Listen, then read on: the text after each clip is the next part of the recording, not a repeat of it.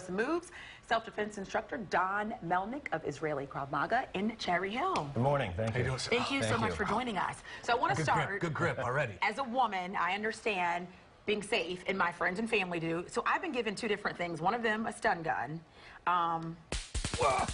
Wait, you Carry carry that, that right? thing with you? I brought it in for the segment today. But just for Christmas, I got this whistle. So you can blow the whistle or you can hold the button down, and then it sends a text message to 10 different people, and it shows my GPS location of where exactly I am. Those are great, yeah. The problem with these two things is that sometimes you don't have time to dig in your purse and pull them out. Exactly. If people ask me about things like this all the time, pepper spray or stun guns or whistles, if you don't have it readily accessible, it's not going to help you out. If you're walking down the street and you get attacked and it's in your purse, you can't ask the attacker to hold on a second, let me dig in my purse and find it. So let's you put have to have these it down readily available and get our hands up. So that's what we got to talk about. Yeah, so with Krav Maga, we work off of instinctive, reactive movements. It's not, thinking on the street, it can be very dangerous. So we want to be able to react quickly and effectively and strike vulnerable targets. We focus in Krav Maga, eyes, throat, groin.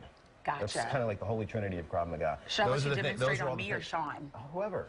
Oh, I'd love to get tapped. Okay, All right, please. let's go with Sean. I'll tap you out, yeah. So first thing I'm going to talk about, when we're talking about a stalking situation that can potentially escalate into an assault. Physical assault. First thing, if he grabs my wrist, most people just start flailing around. They panic. They don't know what to do. And panic is the worst thing you can do. Fear sets in, and you just start making mistakes. So if I start flailing around, I've got nowhere to go, and he's going to take control of that situation. Gotcha. If I just take my hand, grab my own hand, and just twist quickly, I'm exploiting a very weak joint here between the thumb and the finger. Every time I can come out here, it'll release. Gotcha. Now, there's certain situations that you might have to change the situation.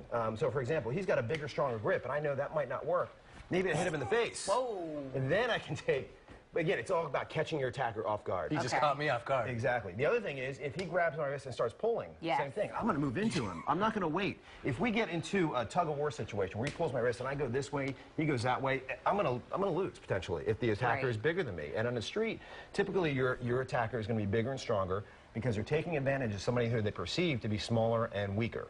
It's all, as a bad guy, I'm not going to walk up to the biggest guy in the room and say, that's the person I'm going to attack. I'm going to attack the person who I think I can exploit and take advantage of.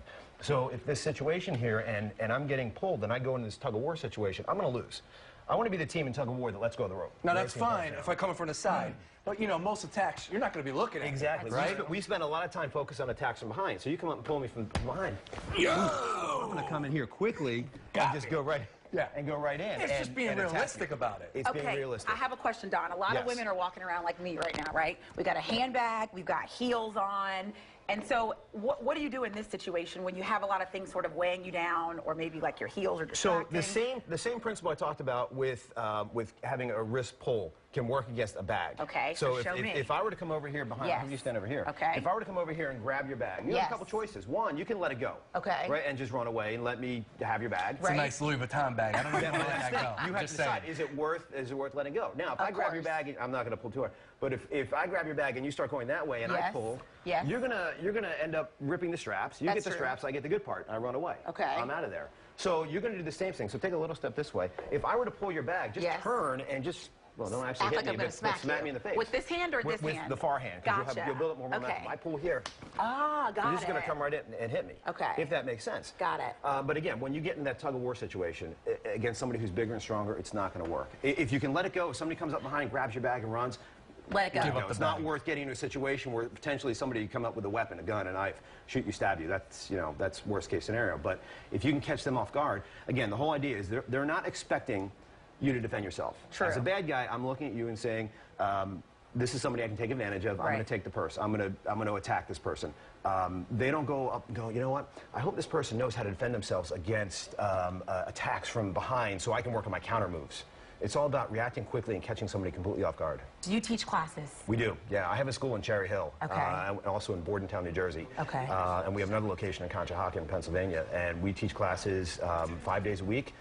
We're teaching practical, effective self-defense for everyone, as young as 7 and all the way up. My oldest student is 82. And it's sad to think 7-year-olds have to sign up for this, but it's good for them to know. It's good because you're dealing with bullying situations in school and how to protect themselves. Now, there's a difference between the guy in the street who's trying to do a snatch and grab with the kid versus the school bully. Obviously, I'm not advocating kids jam their fingers in eyes at school because they'll get in trouble. But we teach them how to deal with bullying situations, how to get out of situations. The best defense you have is avoidance. If you can avoid a potentially bad situation, whether it's a bully walking down the hall or a thug walking down the street or just something that doesn't look right or feel right, get out of there. Don't be there. Avoid that situation entirely. You've just protected yourself. Great advice. Great advice. Don, thank you so much. Thank you very much. We appreciate you being here.